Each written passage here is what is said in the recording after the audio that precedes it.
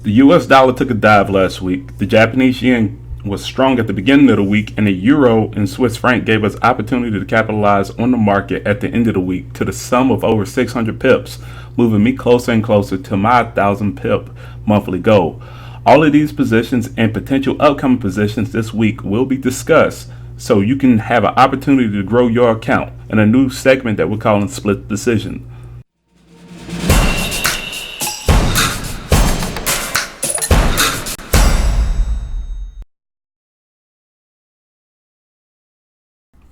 Hi fighters, this is Travis Witherspoon with Carter Cow Capital. Thank you for clicking on to this video, and hopefully I can provide value to you.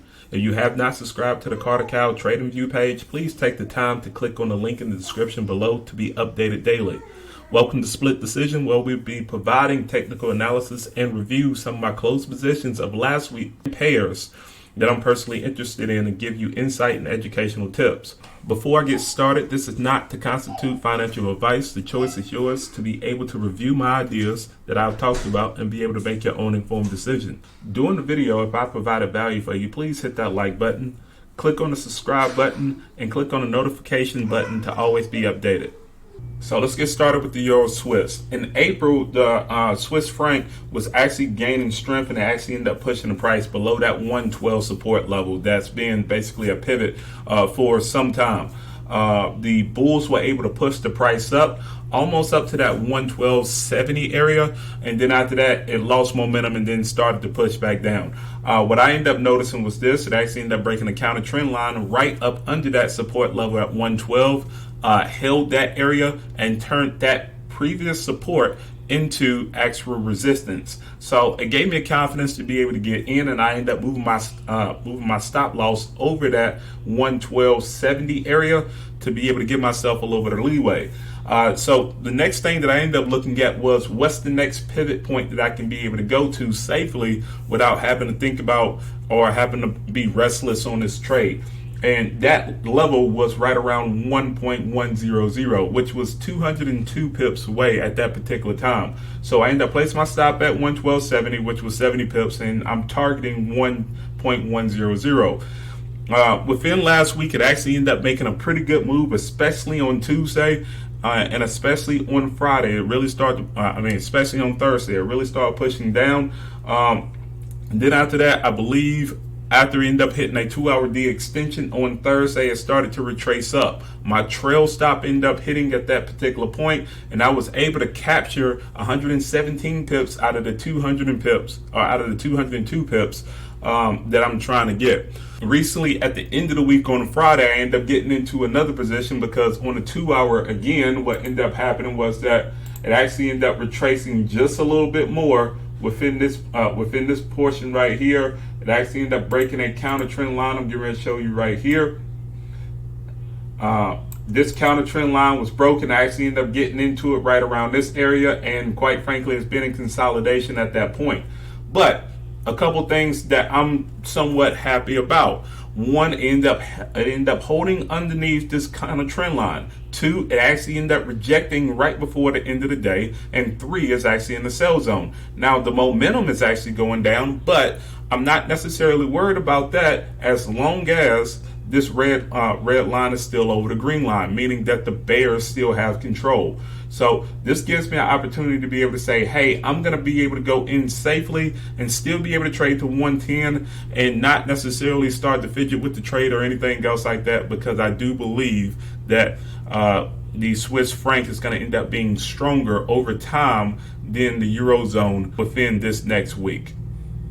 So let's get started with the Euro US dollar. And first, I'm going to start off with FX Street. I just want to break it down very quickly, and we'll end up having dedicated videos on fundamental analysis and everything else like that. But to really sum it up, and what ended up happening was this.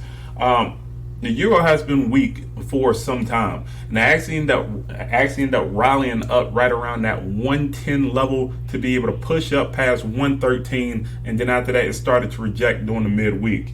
Well,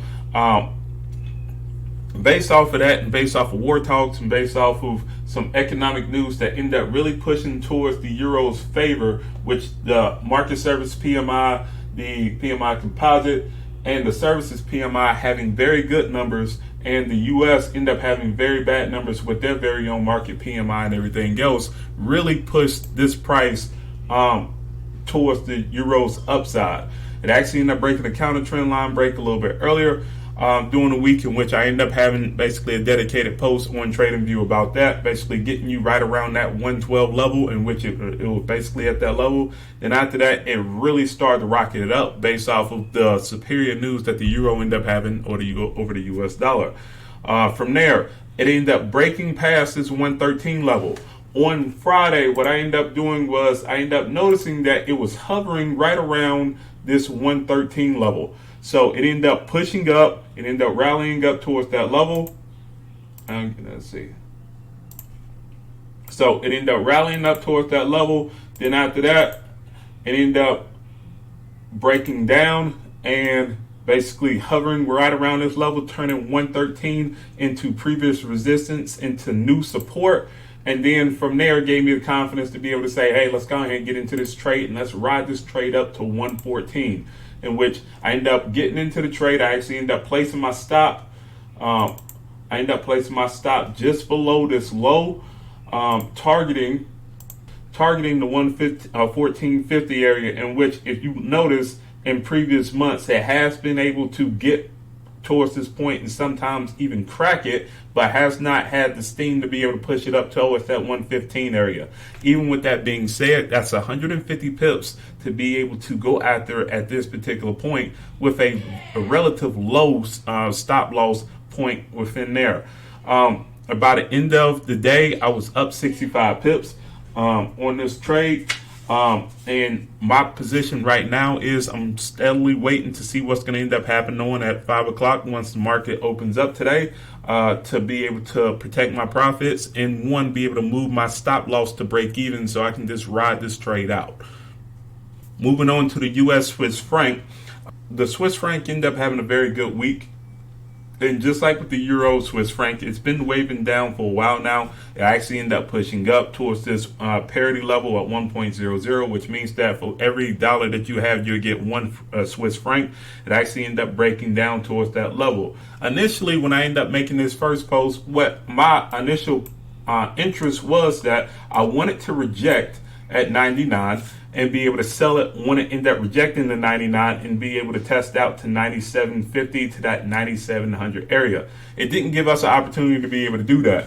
However, on the 2-hour chart, what ended up happening was that it ended up consolidating in the Z zone hour to where there was really not much liquidity and really not much trading going on in that particular time, but it did give us a counter trend line break. So after that counter trend line break, and I ended up seeing this candle and I ended up getting alerted, I actually ended up placing my trade for the sale as soon as the new candle ended up opening up. It got away from us a little bit, but once again, once you end up having counter trend line breaks, typically most of the time you can be able to place your stop above that level and have confidence that it's going to end up going your way, and it did for us on this one. Same deal with this one. It actually ended up moving right around 40 pips for us towards the good. My target right now is still 9,700. I am going to end up looking at this 9760 level to see how it's going to end up playing out at the beginning of the day, because I am still open on this one. If it does retrace back, I may end up taking a little bit of profit or take half of the profit out from there and see if there might be a retracement and then place another entry in. If it just goes through and it retests this 9750 area towards the downside, there may be another area to where I can be able to stack onto the trade once again, but my optimal level is going to end up being around 9,700. A couple things that is playing in our factor and a couple things that are negative. The one thing that is playing in our factor right now is that the bears still do have control in the ADX and it still does have control in the stochastic RSI. Now, it's in a no trade zone area, meaning that it's within that 30 to 79 area, meaning for me, I wouldn't necessarily take the trade unless it was in the 2 hour in a position to where it was either high or low. But it gives me an opportunity to be able to move my stop into break even once the average true range of how this pip movement is actually going hits that area. and then from there, just basically ride it down and just protect my position throughout this trade. Now, I want to talk about some positions that I'm particularly looking at this upcoming week. And I have my reasons for all of them. All of them may not be in the most optimal position right now, but throughout the end of this week, I think they will end up being in good positions to be able to get into. The first one that I want to talk about is the CAD yen. Now, previously, when we end up profiting off the CAD yen before, we end up seeing that it was in consolidation, and it has not broken past this uptrend line. From that uptrend line, it actually ended up going bearish. It went past this 8140 area, it pushed up, then it rejected out the counter trend line again. Out the uptrend line again, went down again, pushed back up, tried to test the uptrend line again, and it failed. From that position, I was able to get into my first trade last week. I took it down, and I was only able to capitalize on 40 pips before it started to move away, but my trail stop was activated, and that kept me into the positive. So by the end of last week, and especially on Thursday and Friday, it ended up moving into the sell zone again and actually ended up breaking another counter trend line. From there, I ended up looking at this as a potential position to be able to get in. My only thing that kind of caught me off guard a little bit more was that this outer trend line was broken, which means that there could have been a chance to where it could have moved to, this inner trend line was broken, which meant that it could have moved to the outer trend line. Well, it has not shown that yet. And with that being said, let's go down to the 2 hours so you can kind of get a better example of it. On the 2 hour, it's broken another counter trend line, and right now it's still moving towards that uptrend line that we end up having, that inner trend line that we had right here. If it breaks through and it tests, then it goes back up and it gives me a high price, and that means that that will give me the indication to be able to sell down to 7,900. I would feel comfortable being able to sell down to 7,800, moving my stop just above the swing high, right around 8160, which means that I will probably end up having right around 60 to 75 pips to be able to make 200, kind of like some of the other trades where we end up having where it be right around that 1 to 3 risk reward level. Now, couple things that are happening right now. One, it's still been hovering around there, and until it breaks, then I'm not necessarily looking at it as a actual trade because the daily is still in the no trade zone. So that's one negative. A positive to me is that if you look at oil right now, the daily in the 2 hour is actually in the sell zone. And it's actually at a point to where it seems like the oil in general is going to end up being negative this upcoming week. It's going to end up being weak this upcoming week. But with that being said, that's actually a catalyst for the CAD. Typically when oil is going up, the Canadian dollar ends up going up, or the prices end up going up. Typically when oil is going down, the same thing happens with the Canadian dollar. So this one is kind of wait and see on how the market's going to end up playing at the opening on Sunday. And then after that, Monday, really looking at it to say, hey, this is what I'm going to do based off of what happens in the movement. But this is a very good potential setup. I'll be interested in selling down to 7,900. Moving on to the US dollar versus the Japanese yen. It's the same thing with the Canadian yen. It's actually pushing towards a support level and has broken a support level to where it gives me an opportunity to be able to say, hey, if it retraces back, I will look to be able to sell down to, in this case, the 105 level. Now, earlier, the last 2 weeks, it's been in consolidation. There's a lot of stuff that's been going on between the U.S. and the Japanese yen for its trade talk. So it really didn't give an actual position on where to be able to get in and get out. Plus, it was at a support zone, so it could have broke either way. Now that it has shown that it's going to end up being bearish, I do expect that it's going to end up retracing up just a little bit on the lower time frames. Once it retraces up on the lower time frames, then from there I will look to be able to sell. So in this case right now, it actually has broken a counter trend line break. Let me see if I can bring this up a little bit more for you. In this case, this was late on Friday. It has broken a counter trend line break, and it has given an opportunity to be able to sell. Now, for some people, that's okay. I don't know how I'm going to end up reacting because it is going to be on Sunday, and because we're retail traders, that doesn't give us an opportunity to be able to get in and make some of the trades that have been happening over the weekend. So this could be able to explode down and not put us into a position to be able to trade at all, or it can be able to go up and it can be able to give us a higher price.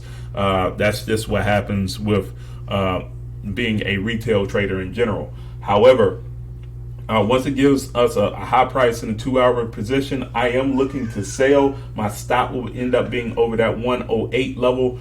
And I would be looking to go down to the 105 level as my first initial position. And that would be based off of the daily positions. Couple things to keep in mind. On the daily, it is moving from the sell zone to the buy zone. And once it ends up hitting that buy zone position, my trail stop, personally, what I would end up doing is I would end up moving my trail stop closer and closer to be able to capture all of the pips that I possibly can be able to get.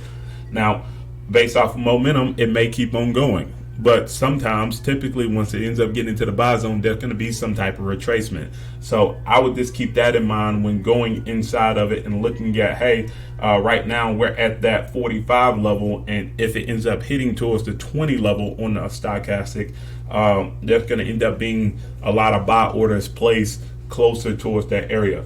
But this one has the potential to be able to test this flash crash position that ended up happening at 105 in late January and early January, throughout this week and next week and upcoming, especially if the US dollar is going to end up remaining weak.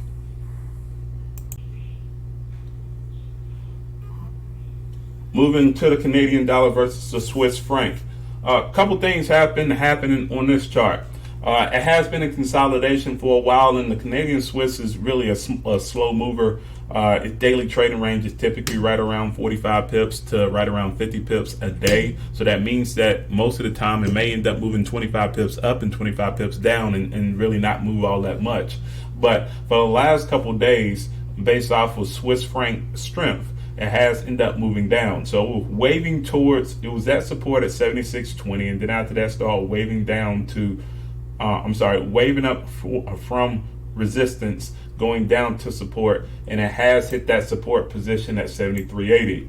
Now, a couple things can happen with this, because typically when you're doing consolidation, you want to buy at support and sell at resistance. You don't want to do the complete opposite unless you end up having a catalyst or you end up getting confirmation.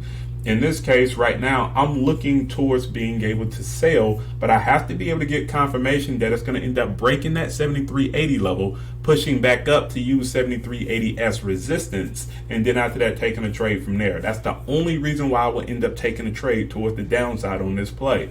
Now, remember, I end up just talking about what's going on with oil.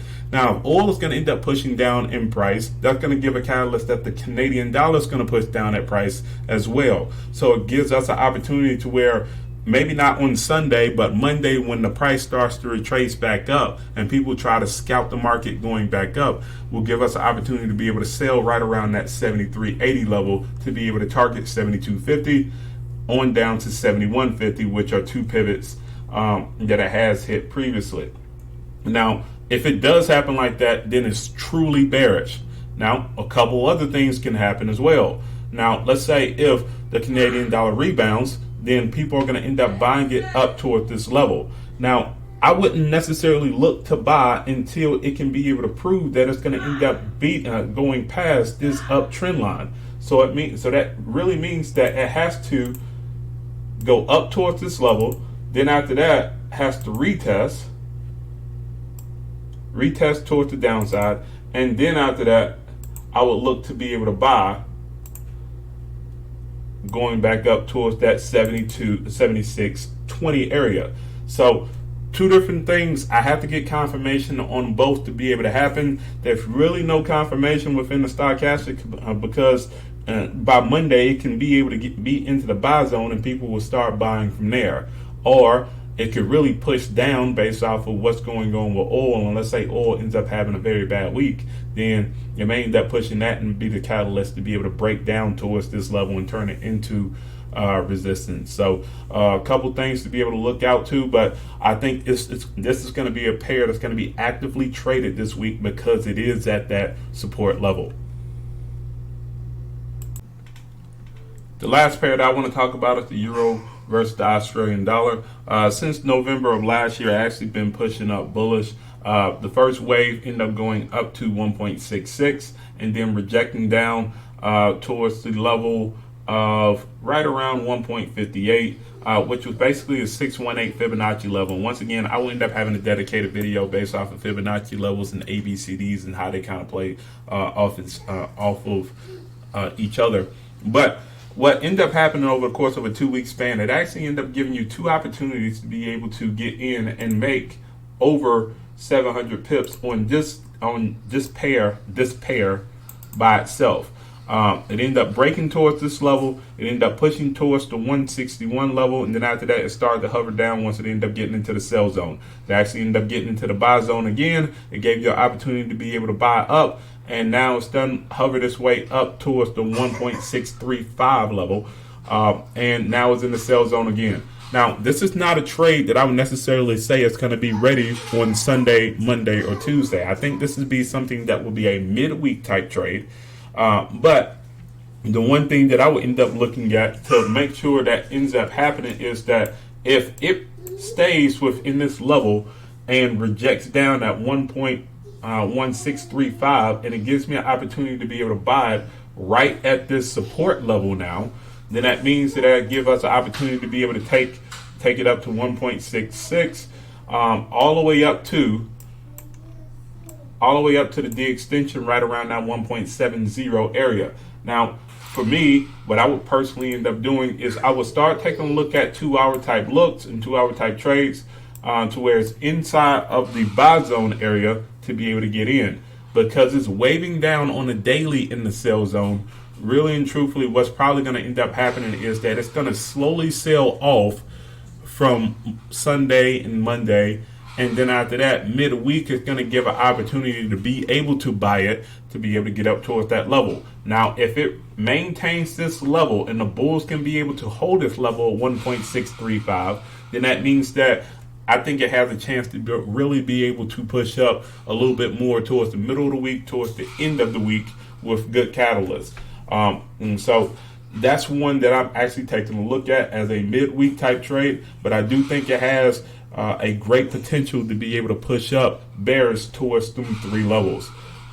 So there you have it. That's 7 different pairs that we end up discussing over the course of this time on this video. Please don't get caught because you didn't subscribe to my social media pages, whether if it's the YouTube page that you're looking at right now, TradingView, Facebook, Twitter, or anything else. All of them will be in the links in the description below. Always be first in clicking on that notification bell, because what that's going to end up doing is helping you maximize your profits. Remember, we're here to be able to fight for your financial freedom, and we're trying to build a community of people that will be able to spread different ideas to be able to help out each other to where everybody can be able to fight for their own financial freedom. Thank you, and you have a good one.